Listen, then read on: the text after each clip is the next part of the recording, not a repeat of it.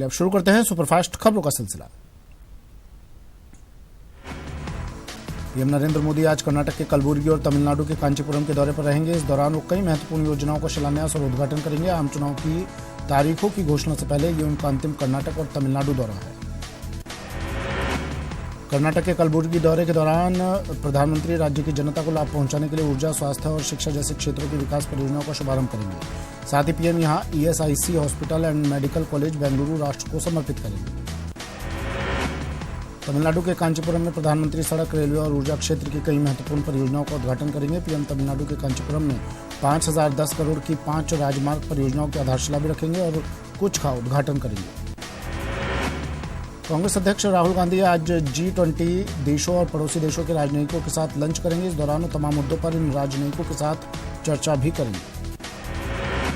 राहुल गांधी और G20 देशों और पड़ोसी देशों के राजनयिकों के साथ लंच का एक प्रोग्राम 15 फरवरी को ही प्रस्तावित था, लेकिन पुलवामा में सीआरपीएफ काफिले पर हुए आतंकी हमले के बाद दोपहर के भोज कार्यक्रम को रद्द कर दिया गया था। 13 सूत्रीय रोस्टर पर मचे विवाद के बीच सरकार उच्च शैक्षणिक संस्थानों में आरक्षण पर सुप्रीम कोर्ट के फैसले के खिलाफ अध्यादेश ला सकती है। इस अध्यादेश के बाद यूनिवर्सिटी या कॉलेज को एक यूनिट के तौर पर लिया जाएगा, जबकि अलग अलग श्रेणियों के में पदों की गिनती करने में डिपार्टमेंट को आधार नहीं माना जाएगा। रक्षा मंत्रालय ने कहा है कि अब सेना की सभी शाखाओं में महिलाओं को परमानेंट कमीशन दिया जाएगा। इससे पहले सेना की 10 शाखाओं में महिलाओं के लिए शॉर्ट सर्विस कमीशन का प्रावधान था।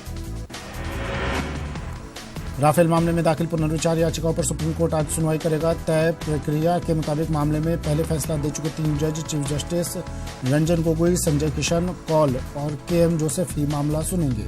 पिछले हफ्ते तीनों जजों ने पुनर्विचार याचिकाओं को देखने के बाद ये तय किया था कि मामले पर खुली अदालत में सुनवाई होगी।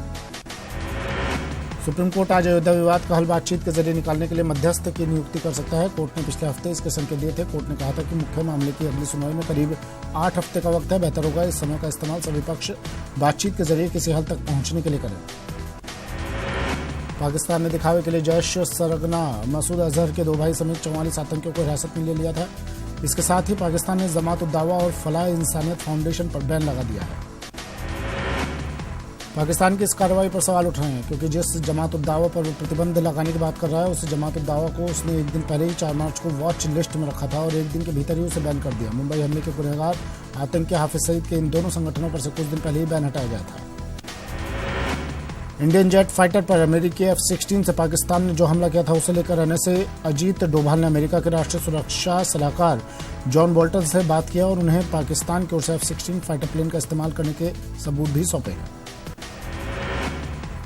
ख्वाजा गरीब नवाज के 807वें सालाना उर्स में आज पीएम नरेंद्र मोदी की ओर से मजार शरीफ पर चादर पेश हुई। केंद्रीय अल्पसंख्यक मामलात मंत्री मुख्तार अब्बास नकवी सुबह 10 बजे दरगाह में सीएम की ओर से चादर पेश करेंगे और उनका संदेश पढ़ेंगे।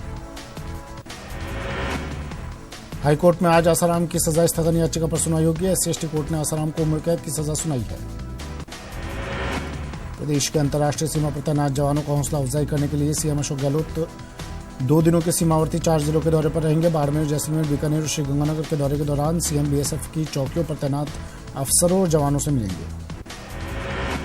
त्रिपुरा पुलिस ने अगरतला से जमात उल मुजाहिदीन बांग्लादेश के एक आतंकवादी को गिरफ्तार किया है। इस आतंकवादी की पहचान नाजिर शेख के तौर पर हुई है और ये साल 2005 में बांग्लादेश में हुए सीरियल ब्लास्ट में आरोपी है। इस आतंकवादी से पुलिस की पूछताछ जारी है। असम के जोरहाट में एक गुस्सा युवक ने अपने ही घर में आग लगा ली। दरअसल ऋतुराज गोगोई नाम के इस युवक ने अपनी मां से कुछ पैसे मांगे थे। जब मां ने पैसे नहीं दिए तो उसने अपने कमरे में आग लगा दी। इंग्लैंड महिला क्रिकेट टीम इन दिनों असम पहुंची हुई है, जहां उसने पोबितोरा वाइल्ड लाइफ सेंचुरी का दौरा किया और वन्यजीवों को करीब से देखा। इस दौरान टीम ने जीप और एलिफेंट सफारी का भी मजा लिया। बता दें कि 7 मार्च को गुवाहाटी में भारत और इंग्लैंड महिला टीम के बीच दूसरा वनडे मैच होना है। भारतीय सेना ने जम्मू के दूर दराज के इलाकों में लोगों के लिए बुनियादी ढांचों के निर्माण का काम शुरू किया है। सेना ने यहां ये काम ऑपरेशन सद्भावना के तहत शुरू किया है। इसमें खासतौर पर स्कूल शामिल हैं। तमिलनाडु की राजधानी चेन्नई के सबसे पुराने होटल विक्टोरिया को नया रूप देने का काम जोरों पर है। राज्य की पुरानी धरोहरों में से एक इस होटल को बने करीब 119 साल हो चुके हैं। मणिपुर के इम्फाल में राज्य सरकार ने 39 करोड़ 58 लाख रुपए की लागत वाले 19 विकासात्मक परियोजनाएं राज्य के लोगों को समर्पित की। मणिपुर राज्य फिल्म डेवलपमेंट सोसाइटी द्वारा आयोजित प्रोग्राम में सीएम एन बीरेन्द्र सिंह ने इन विकासात्मक परियोजनाओं का उद्घाटन किया। आखिरकार भारत के दबाव के बाद पाकिस्तान को झुकना पड़ गया। पाकिस्तान ने अब पाकिस्तान के कुछ आतंकी संगठनों पर प्रतिबंध लगाना शुरू कर दिया है। पाकिस्तान के आंतरिक मामलों के मंत्री शहरयार अफरीदी ने बताया कि आतंकी मसूद अजहर के भाई मुफ्ती अब्दुल रऊफ और हम्माद अजहर समेत 44 आतंकियों को गिरफ्तार कर लिया गया है।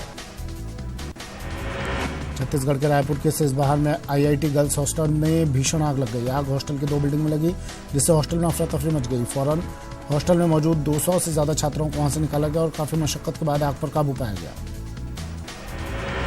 लोकसभा चुनाव को लेकर अजमेर में मंडल स्तर पदाधिकारियों की बैठक हुई। होटल डाटा इन में हुई बैठक में प्रदेश संगठन मंत्री बीरम सिंह मौजूद रहे। जोधपुर हाईकोर्ट में पाक विस्थापित नागरिकों को लेकर दायर जनहित याचिका की सुनवाई के दौरान सरकार की ओर से पालना रिपोर्ट और तथ्यात्मक रिपोर्ट पेश की गई।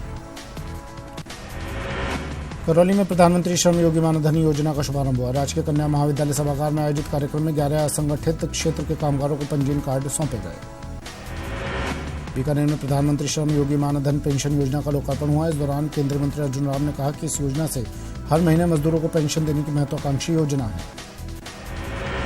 चित्तौड़गढ़ में श्रमिकों को प्रधानमंत्री का सुझाव प्रसारण प्रोजेक्टर के माध्यम से दिखाया गया। मौके पर सांसद सीपी जोशी सहित अन्य जनप्रतिनिधि अतिथि के रूप में मौजूद थे। जैसलमेर जिले में भी श्रम विभाग जैसलमेर की ओर से जिला स्तरीय कार्यक्रम आयोजित किया गया, जिसमें प्रधानमंत्री श्रम योगी मानधन योजना का शुभारंभ किया गया। डूंगरपुर में भी प्रधानमंत्री श्रम योगी मानधन पेंशन योजना का आगाज हुआ। श्रम विभाग की ओर से आदिवासी छात्रावास में जिला स्तरीय शुभारंभ समारोह आयोजित हुआ। राज्य सरकार ने पुलिस महकमे में एक बार फिर बड़ा बदलाव किया है और 18 एएसपी के तबादले कर दिए हैं। जयपुर डिस्कॉम में तबादलों के खिलाफ जयपुर विद्युत वितरण श्रमिक संघ विरोध में उतर गया है। संघ ने राजनीतिक द्वेषता से कर्मचारियों का तबादला करने का आरोप लगाया है। एसीबी टोंक का ट्रैप किए जाने के सिलसिला जारी है। टीम ने कार्रवाई करते हुए टोडा रायसिंह के हल्का हमीरपुर के पटवारी परशुराम वैष्णव के 200 रुपए की घूस लेते दूसरी बार ट्रैप किया है। धौलपुर के कोलारी थाने के गांव मालोनी में आधा दर्जन से ज्यादा बदमाशों ने पार्वती नदी पर चल रहे निकट निर्माण पर हमला बोल दिया। हमले में 3 मजदूर घायल हो गए। अजमेर की सेंट्रल जेल में भले ही सुरक्षा के दावे किए जाते हों, लेकिन सुरक्षा के बीच जेल में मोबाइल का खेल चालू है। जेल प्रशासन ने बैरक की तलाशी के दौरान कैदियों के कब्जे से 3 मोबाइल बरामद किए हैं। श्रीगंगानगर के विवेक आश्रम के संचालक समेत अन्य पर एक महिला ने यौन शोषण का आरोप लगाए हैं। एसपी के निर्देश पर महिला थाने में ये मामला दर्ज किया गया।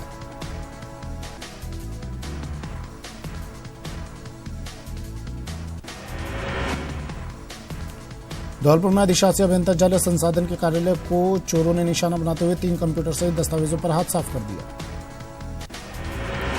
भरतपुर के सारस चौराहे पर रोडवेज की बस में एक युवक की जेब कट गई। जेब काटकर भाग रहे युवक को लोगों ने पकड़ लिया और उसकी धुनाई कर दी।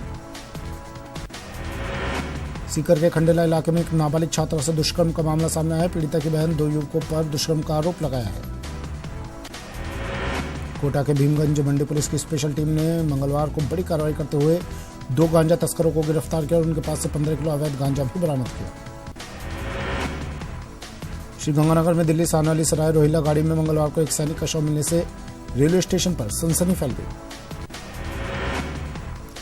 श्रीगंगानगर के सेतिया कॉलोनी में मंगलवार को एक डस्टबिन से नवजात बच्ची का भ्रूण बरामद होने से पूरे इलाके में सनसनी फैल गई। चित्तौड़गढ़ की बेड़च नदी में शव मिलने से सनसनी फैल गई। सूचना पर पुलिस ने मौके पर पहुंचकर शव को बाहर निकाला। डूंगरपुर के कनबा गांव में चोरों ने 3 मकानों से लाखों के आभूषण और हजारों की नकदी चुरा ले गए। पुलिस ने मामला दर्ज कर जांच शुरू कर दी है। सिरोही जिले के आबू रोड पर मंगलवार को एक स्कूल बस की स्टीयरिंग फेल हो जाने से बस पलट गई। हालांकि बस में बैठे बच्चों को किसी भी तरह की चोट नहीं पहुंची। मौसम में बदलाव के बावजूद कोचिंग नगरी में स्वाइन फ्लू की जांच करवाने वाले मरीजों की संख्या में भारी बढ़ोतरी देखने को मिल रही है। आयकर विभाग फुल एक्शन मोड में है। इस बार आईटी ने छापों में जब्त की गई संपत्ति को नीलाम करने की तैयारी कर ली है। इंडियन ऑयल कॉर्पोरेशन और समाज कल्याण विभाग की ओर से दौसा में दिव्यांगों को उपकरण वितरित किए गए। इस दौरान जिले के 240 दिव्यांगों को उपकरण के लिए चयनित किया गया। हाईकोर्ट मुख्य पीठ जोधपुर में दायर मुकेश त्यागी की अवमानना याचिका पर सुनवाई हुई। जस्टिस दिनेश मेहता की अदालत में जेल डीजी एनआरके रेड्डी से पेश हुए। प्रतापगढ़ के अटल रंगमंच पर नगर परिषद की ओर से एक शाम शहीदों के नाम का आयोजन किया गया। इस दौरान पुलवामा हमले में शहीदों को श्रद्धांजलि अर्पित की गई। हिंदुस्तान जिंक और जतन संस्थान के संयुक्त तत्वावधान में राजसमंद की विभिन्न आंगनबाड़ी में आने वाले कुपोषित बच्चों की दशा सुधारने के उद्देश्य से 1 दिवसीय खुशी पोषण मेले का आयोजन किया गया। बीकानेर में महिला दिवस 2019 के तहत पंचायत समिति सभागार में जिला स्तरीय कौशल उन्नयन कार्यशाला का आयोजन हुआ। कार्यशाला में बेटी बचाओ बेटी पढ़ाओ योजना के क्रियान्वयन को लेकर चर्चा की गई। हिंडौन सिटी में नगर परिषद ने 2 स्थानों पर अतिक्रमणों को जेसीबी मशीन से ध्वस्त कर दिया। इस दौरान अतिक्रमणकारियों ने हल्का विरोध भी किया। चित्तौड़गढ़ में कौशल उन्नयन कार्यशाला आयोजित की गई, जिसमें जिले में कार्यरत बाल विकास विभाग परियोजना अधिकारी, महिला पर्यवेक्षकों ने भाग लिया। कोटा चिड़ियाघर के पिंजरे में पिछले 4 माह से कैद भालू को मंगलवार को वन विभाग की टीम ने वापस रामगढ़ अभ्यारण्य में लाकर मुक्त करवाया। राजस्थान हाईकोर्ट के सीजे प्रदीप नंदाजोग और जस्टिस पुष्पेंद्र सिंह की खंडपीठ ने जोधपुर शहर में कुत्ते के बाड़े की अव्यवस्थाओं की याचिका पर सुनवाई की। कोटा में मंगलवार को इंटरनेशनल ट्रेनर डॉक्टर उज्ज्वल पाटनी ने एलन इंस्टीट्यूट में फैकल्टीज के मार्गदर्शन और मोटिवेशन के लिए अपना व्याख्यान दिया। बीकानेर में मंगलवार को अंतर्राष्ट्रीय महासंघ की महिलाएं नगर निगम पहुंचे और महापौर नारायण चोपड़ा को कपड़े के बैग देकर शहर से पॉलिथीन हटाने की मांग रखी। सवाई माधोपुर जिला मुख्यालय पर शिव मंदिर पर 3 दिवसीय मेले का आयोजन किया गया। सवाई माधोपुर जिला निर्वाचन आयोग की ओर से मतदाताओं में मतदान के प्रति जागरूकता लाने के लिए स्वीप कार्यक्रम का आयोजन कर मतदान के प्रति जागरूक किया गया। भरतपुर की जिला कलेक्टर आरुषि मलिक ने मंगलवार को आरबीएम अस्पताल का औचक निरीक्षण कर अस्पताल की बदहाल स्थिति को जल्द सुधारने के निर्देश दिए। सवाई माधोपुर कलेक्टर एसपी सिंह मंगलवार को आटूण गांव पहुंचकर व्यवस्थाओं का जायजा लिया। इस दौरान उन्होंने अटल सेवा केंद्र पर जन सुनवाई की। कोटा नगर निगम की राजस्व समिति ने नगर विकास कर यूडी टैक्स के बड़े बकायेदारों पर शिकंजा कसना शुरू कर दिया। प्रधानमंत्री श्रम पेंशन योजना के तहत मंगलवार को सवाई माधोपुर जिला मुख्यालय में कार्यक्रम का आयोजन किया गया। बीकानेर में मंगलवार को शराब की दुकानों के आवंटन को लेकर लॉटरी निकाली गई। भीलवाड़ा के राजीव गांधी ऑडिटोरियम में मंगलवार को आबकारी विभाग ने शराब की दुकान के लिए लॉटरी निकाली। झालावाड़ में भी मंगलवार को 160 शराब दुकानों के आवंटन के लिए लॉटरी निकाली गई। हनुमानगढ़ जिले में मंगलवार को 296 शराब की दुकानों के लिए लॉटरी निकाली गई।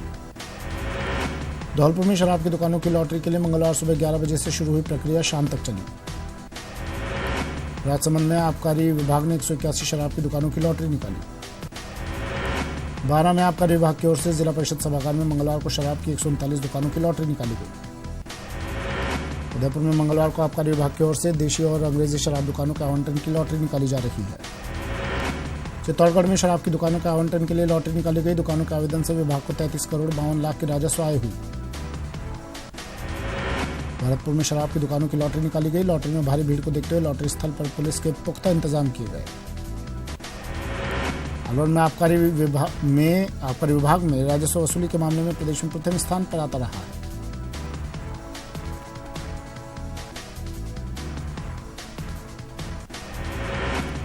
राज्य सरकार द्वारा आबकारी नीति के तहत नए वर्ष के आबकारी दुकानों के ठेकों के लिए मंगलवार को श्रीगंगानगर के जिला परिषद में लॉटरी निकाली गई।